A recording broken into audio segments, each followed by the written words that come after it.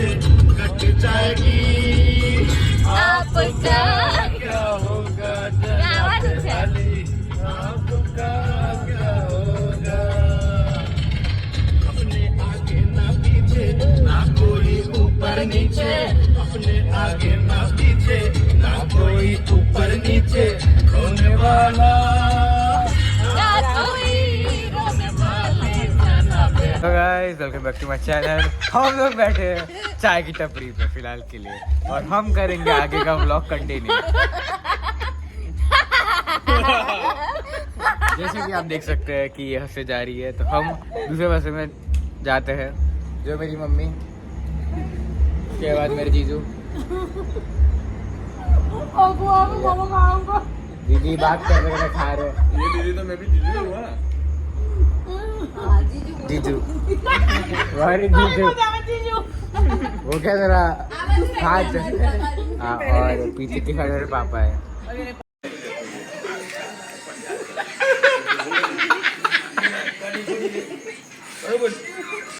અમે લોકો રસ્તામાં ચા પીવા માટે ઊભા રહ્યા હતા તો મેં કીધું મસ્ત વ્યૂ છે તો મેં વિડીયો ઉતારું ને થોડા ફોટા પાડું તો આ કૂતરું મારા વિડીયોમાં જ આવી કરતું હતું એને બહુ શોખ હતો બોલો શું કરવાનું બંદરો કર્યા કરે છું થાકી ગયું છે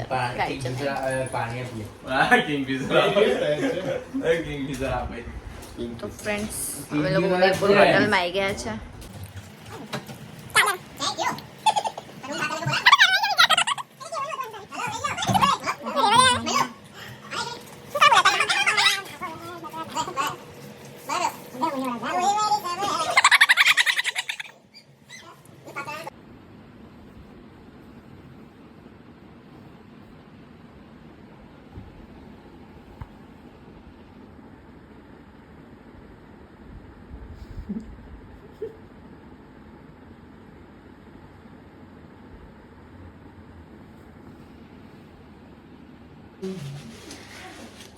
मैं रेडी થઈ ગયા છું હવે માસી શું કરો બસ પેકિંગ કરું છું માનવ શું કરે છે સોંગ ગાયા કરે આખો દિવસ તો ફ્રેન્ડ્સ અમે લોકો ઉદયપુર આવ્યા છે આખી રાત અમે લોકોએ ટ્રાવેલિંગ કર્યું એટલે સૂઈ ગયા હતા થોડી વાર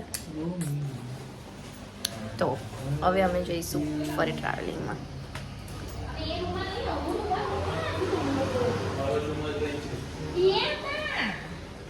શું કરો લા બધા હે જાડિયા શું કરે આનો બહુ કકલાટ છે પણ hello friends welcome back to my YouTube channel અમે લોકો ઉદયપુર આવ્યા છે આખું રાત અમે લોકોએ ટ્રાવેલિંગ કરી એટલા માટે અમે લોકો અહીંયા થોડી વાર આરામ કરવા માટે સ્ટે કર્યું હતું હા જો બધા ભૂખડાઓ ખાવા માટે બી ગયા છે ખાટુ શ્યામ પહોંચતા રાત્રે લેટ થઈ ગયું હતું તો અમે લોકો વચ્ચે પાછા જમવા માટે ઊભા રહ્યા હતા તો ફ્રેન્ડ્સ અમે લોકોએ બહુ મસ્ત ડિનર કર્યું અને આ જો બધા કેવા ઊભા છે ને એને લાગ્યું મેં ફોટો પાડું છું પણ મેં ઉતારી દીધી વિડીયો પોઝ આલીને બેસી ગયા પાછા બે જણા रोने वाला ना कोई रोने वाली जनाबे अली आपका क्या होगा અમારા માસા છે ફ્રેન્ડ્સ મારા હસબન્ડ ને મારા ફ્રેન્ડ્સ મારા માસી ને એમનો છોકરો અમે લોકો આટલા જણ બધા ગયા હતા અને ખાટુ શ્યામ જવા માટે રાત્રે પાછા નીકળી ગયા હતા તો ડાન્સ કરતા કરતા સોંગ ગાતા કરતા બહુ મજા આવી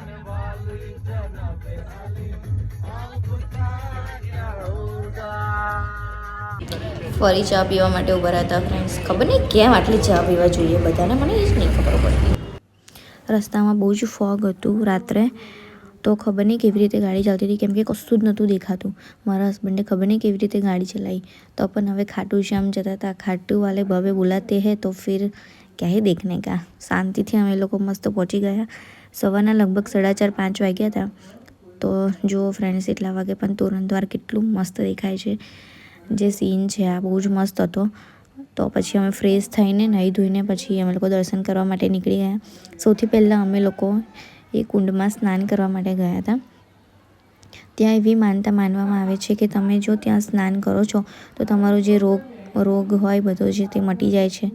ત્યાં ખાટુ શ્યામજીનું શીશ પ્રગટ થયું હતું અને કળિયુગનું આ ફેમસ મંદિર માનવામાં આવે છે કે કળિયુગમાં બધા અહીંયા આગળ દર્શન કરવા જાય જ અને તેમની બધી મનોકામના ત્યાં પૂરી થાય છે. તો ફ્રેન્ડ્સ દૂર દૂરથી અહીંયા ખાટુ શ્યામજીના દર્શન કરવા માટે આવે છે, માનતા માને છે અને એમની બધી મનોકામના પૂરી થાય છે. અને ત્યાં આવી રીતે પથ્થરના ઘર બનાવવામાં આવે છે. એવી માન્યતા છે કે આવું બનાવીએ તો આપણું પણ ઘર એ રીતનું બને છે. તો અમે પણ એવી રીતે પથ્થર મૂકીને ભગવાનને પ્રાર્થના કરી હતી કે અમારું પણ આવું ઘર થાય. પછી ભગવાનનું તિલક કરીને અમે લોકો નીકળી ગયા ખાટુ શ્યામજીના અંદર દર્શન કરવા માટે. તો મોટી સ્ક્રીન પર લાઈવ દર્શન પહેલાં આપતા હતા. તો એ જોઈને મન એટલું શાંત થઈ ગયું કે બસ કશું જ નહોતું દેખાતું કે ખાલી બસ એમના દર્શન કરવા છે. ગયા ત્યાં બધું જ હું ભૂલી ગઈ, ખાલી આંખમાંથી પાણી નીકળતું હતું. અને તમે ક્યારે પણ તમે રાજસ્થાન જાઓ તો તમે આ જગ્યા જવાનું ભૂલતા નહીં, કેમ કે તમારી આખી લાઈફ ચેન્જ થઈ જશે તમે ત્યાં દર્શન કરવા જશો ને એટલે. અને મંદિરમાં જાઓ એટલે તમારે મોરનું પીછું છે, ફૂલ ગુલાબનું, એ તો તમારે અવશ્ય લઈને જવાનું જ છે. અને તમારે અરજી કરવાની હોય છે ત્યાં. જો તમારે અરજી કરવી હોય તો મને કમેન્ટ કરજો, મેં તમને અરજી કઈ રીતે થાય છે હું તમને જણાવીશ. Thank you for watching. Like, share ને સબસ્ક્રાઈબ કરવાનું ભૂલતા નહીં.